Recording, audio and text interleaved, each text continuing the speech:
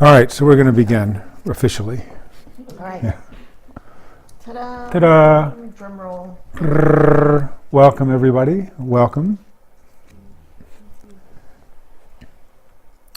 So the topic for tonight was belonging and wholeness, and I thought that's actually the right title, but it could also call it community, because it's also about community, because that's really what belonging and wholeness means to me. And as I was thinking about this, I was thinking about just how much we are social just by nature. And I think back in my practice when I was doing clinical work, almost always, even if people didn't come in for that, if they came in for anxiety or for depression or for whatever, but the one thing that I would say without exception is what was most important to them, it came down to knowing that they were loved and knowing they had somebody to love. Without those, nothing else even came close. I mean, not success, not acknowledgement by itself, but being loved. And actually, if success was enough alone, then the Survivor show. I watched it just once. I was so horrified by it because it's so mean. Because the object is to be the one left on the island. And if that was really the goal, nobody would want to win, because who really wants to be left alone on an island? But they fight for it because they're going to be famous when they get to be the one left on. They're not, and win a lot of money. And Mr. Rogers, he recognized that this was maybe the most important thing for a human being, and he called it longing to belong. And when he was doing work with gangs, he says, gangs, you think of them as being kind of antisocial and stuff, but they're very social, but social for their own group.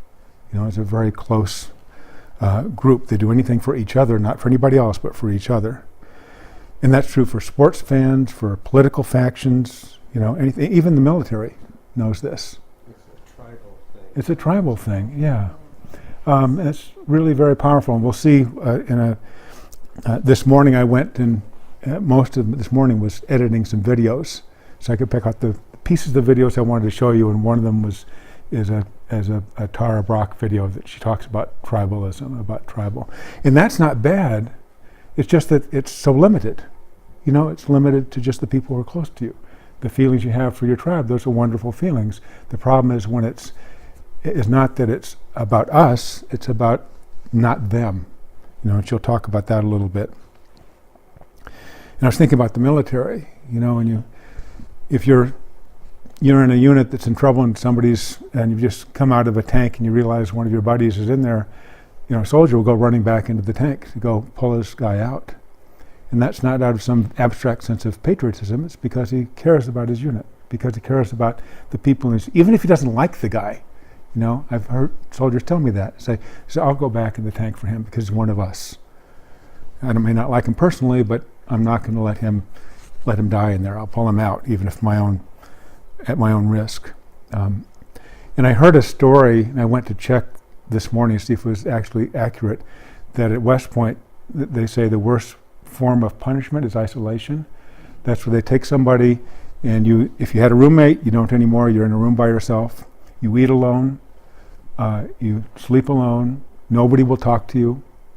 And the story was, and I've since verified, at least as well as I can verify on the internet, that only one person in the history of West Point has ever lasted a year when they're put in isolation. And it was so unusual they made a movie about it. See if I have written down what the name of the movie was. It's called The Silence. There's a guy named James Pelosi. I don't think any relation to the Pelosi we know about.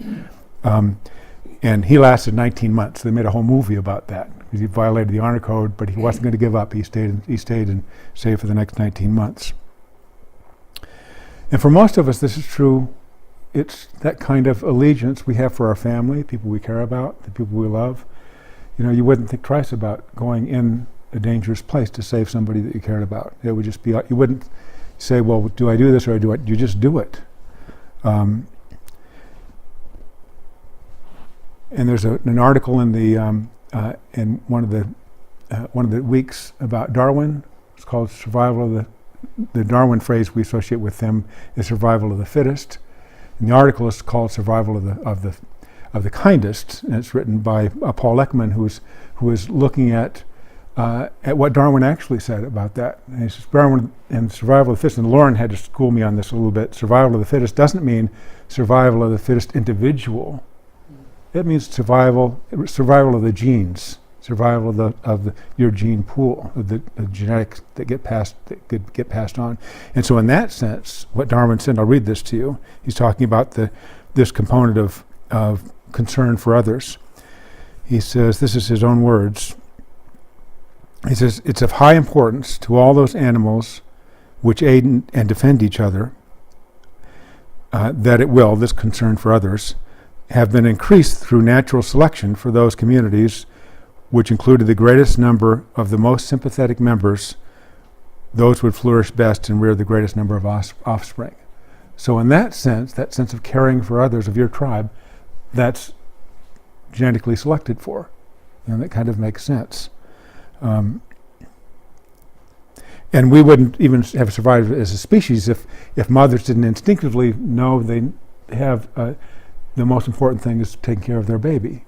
Because as a species, we don't survive out of the womb for more than for any time at all unless somebody's taking care of us. You know, as unlike some other animals, we just need somebody to take care of us. And about this idea of who we consider to be close to us, Albert Einstein said, and this is kind of a famous quote of his. It's I actually did research to find out he really did say that, something like that in a letter. He says, our delusion of separateness is a kind of prison for us, restricting us to our personal desires and to affection for a few persons nearest to us, like our tribe, our unit, our family. Our task must be to free ourselves from this prison by widening our circle of compassion. And it's interesting that Einstein's suggesting this widening, not because it's morally right. He goes on to say, or it's in our self-interest.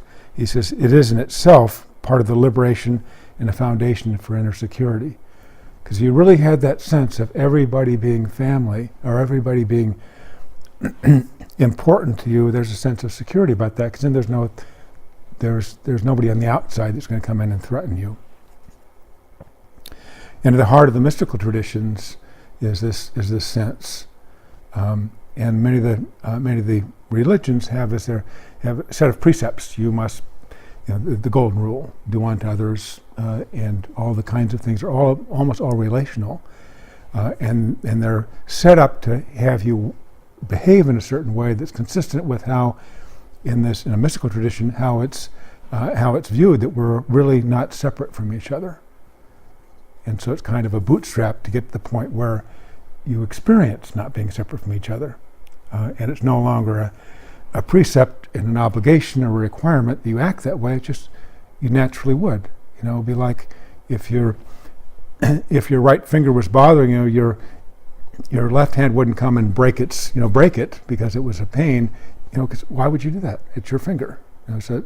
So in the sense of the deepest part of the mystical traditions, and that's something we don't really talk about in the main part of the course, because the course is designed to help with stress and anxiety, and that's how people are attracted to it. How can I be more at ease and more at peace with myself? It's rarely that somebody would come into it and say, this I want to meditate because I want to experience that I'm not separate from other people. That's not usually how people come into it.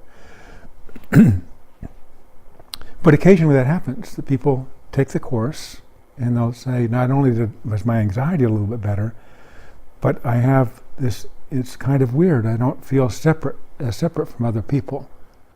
The student reaches a point where they realize that they really are not separate from other things and other people, and where their attitude towards other people is one different as a result, and no longer do they have to abide by any sort of rules about being nice, because why would you be unkind to somebody who's so close, who's really not separate from you? And in the mystical traditions, they mean this literally not different, not just sort of the same kinds of feelings and wants and desires, which is also true, but literally not different at some deep level. kind of a hard concept to grasp, but I've got a kind of a favorite story. Lauren knows this story about Ram Dass when he wrote his first bestseller called Be Here Now. This is showing my age. That's the whole title, Be Here Now. It's one of these books that Lauren would say you don't need to read the book, you can just read the title, that's all you need to know. And the story is his dad was a very hardcore lawyer, and when he found out that Ram Dass was went in his royalties he was asking from the book, he told the publishers, he says, I don't need a cut. I don't want anything back from the book. And the publisher said, well, what do we do with this percentage you would get? He says, just give it back to the people who bought the book, make it cost less. His dad really had a problem with that. He said, why would you do that? It doesn't make any sense. This book is selling millions of copies. You could have millions of dollars, literally millions of dollars, to apply wherever you wanted to do good in the world. Why would you just give it back to them? And he says, well, Dad, you remember when Uncle Harry was having legal problems? He said, yeah. And you helped him, right? He said, of course I did. He says, what did you charge him? He says, well, I didn't charge him anything. He's Uncle Harry. He says, well, Dad, to me, they're all Uncle Harry.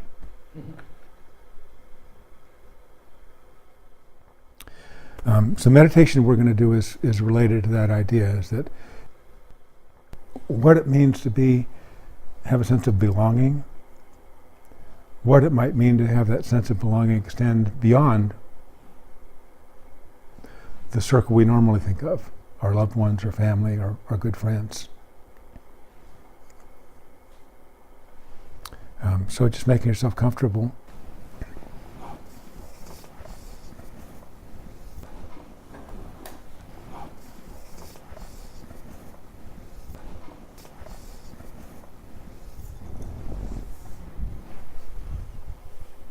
And just taking a moment to just recognize that you are actually here in this room. You're sitting where you are sitting or laying where you're laying. Feeling the sensations your body is giving you that tells you that you're sitting or laying here. Sensations of contact.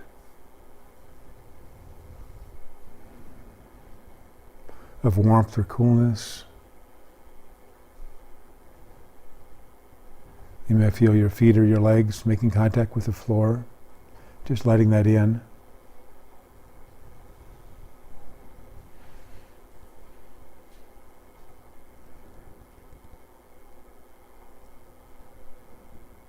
Noticing the support that you're getting from the floor, from the chair, the couch.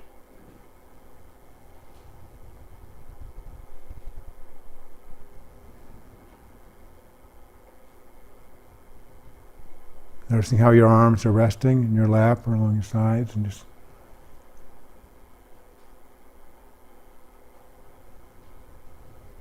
nothing for you to do.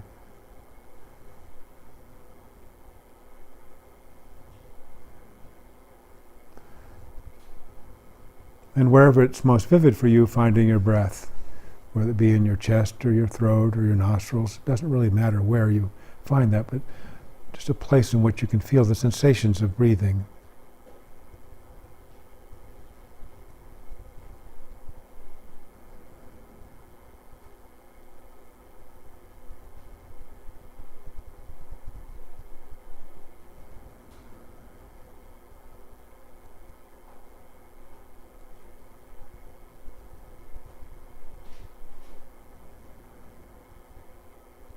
Just feeling this breath, the actual movement of breathing air in, a slight pause at the end and letting the air go out as you exhale.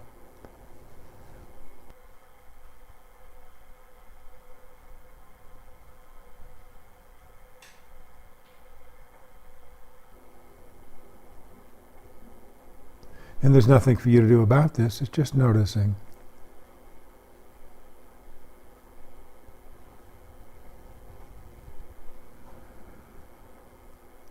Same way you notice waves at the seashore, just coming, flowing in, and spreading out in the sand, and the wave goes back and retreats back into the sea. Your breath is the same way. You can just notice it and appreciate it.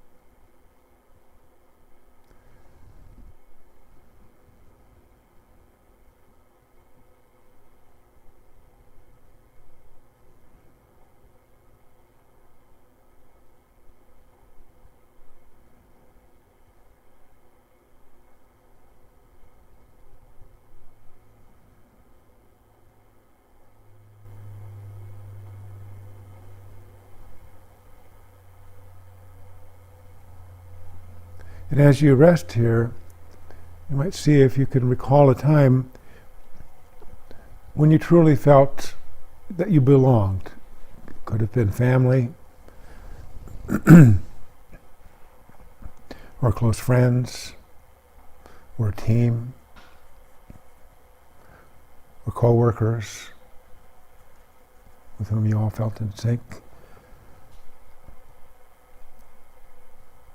Could have been recent or long ago in school or when you were very young.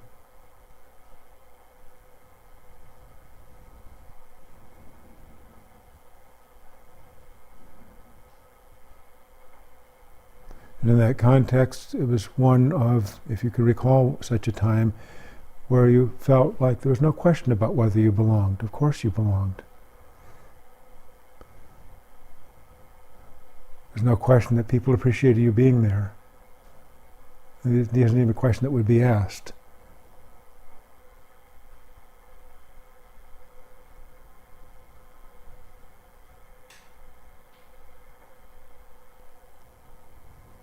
There's very little censoring going on. You could just be yourself and others the same.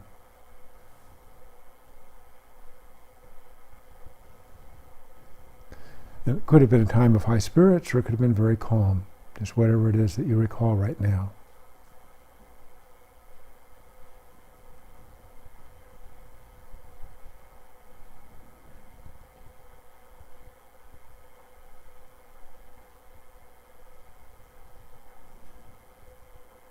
Letting yourself have that feeling of being belonging, of being connected, of being valued, of being happy to be in this particular group. It could even be a group of two.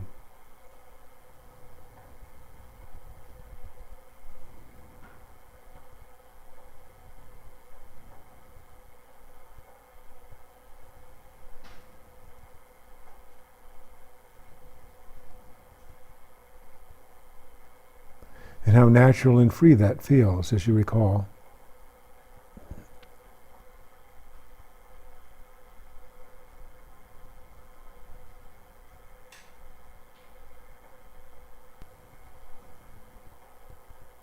And noticing what it's like for you as you recall right now, how that feels in your body to recall this time of belonging, of connection, of being a part of something bigger than you.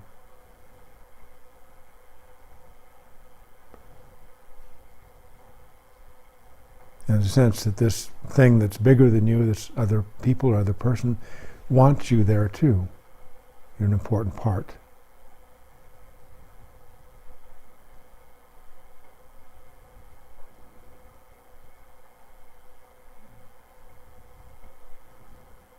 And for a few breaths, just letting yourself have that feeling, if you can recall it and experience it now.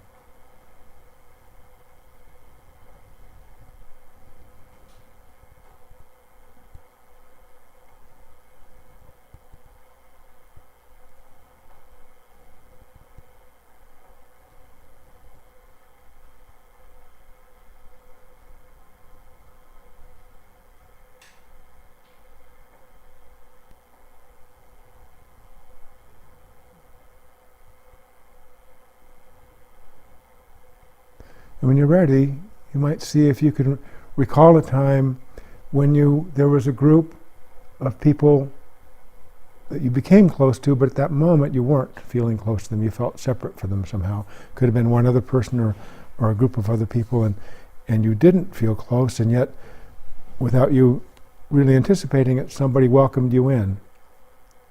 They did something or said something that let you know that you were welcome, that they wanted you to be included in the group. It could have been one other person who showed you how much they cared for you and how much they wanted to be in your company.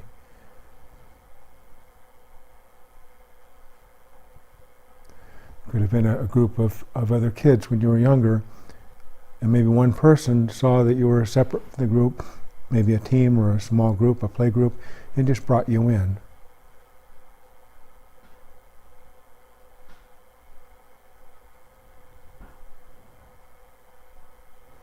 Or it could have been just something somebody said that made you feel like you belonged there. You were welcomed.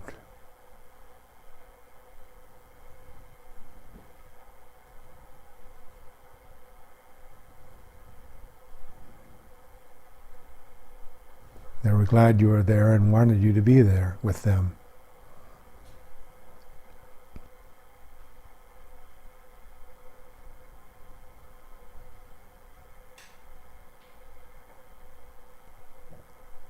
And noticing how that feels, to have been invited in, to be acknowledged, to be appreciated, to be wanted.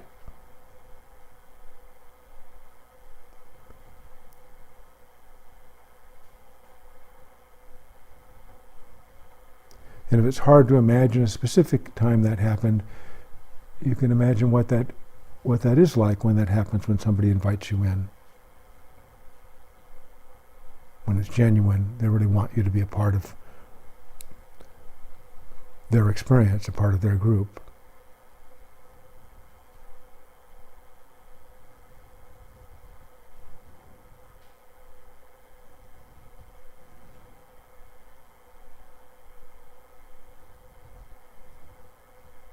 Just noticing how that feels, how it feels inside.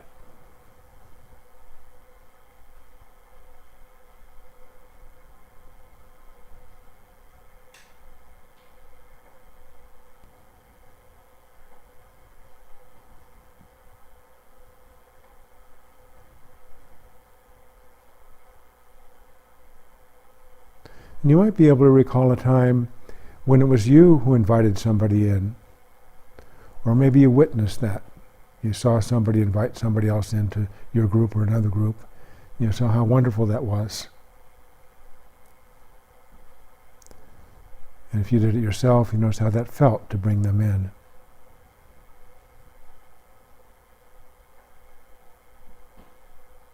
What that would be like to be the one welcoming somebody else in.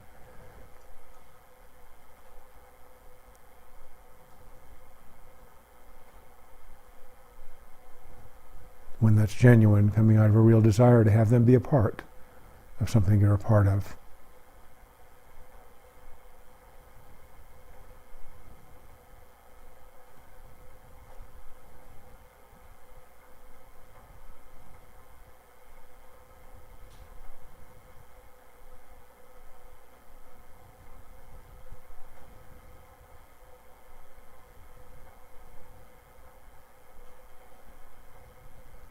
And noticing how that feels.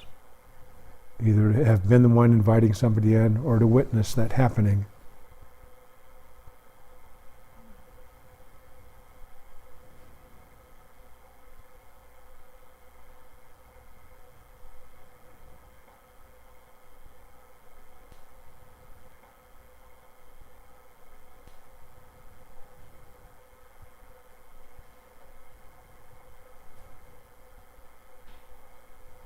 And as with the other meditations we've done in this group, the last part of the meditation will be totally silent.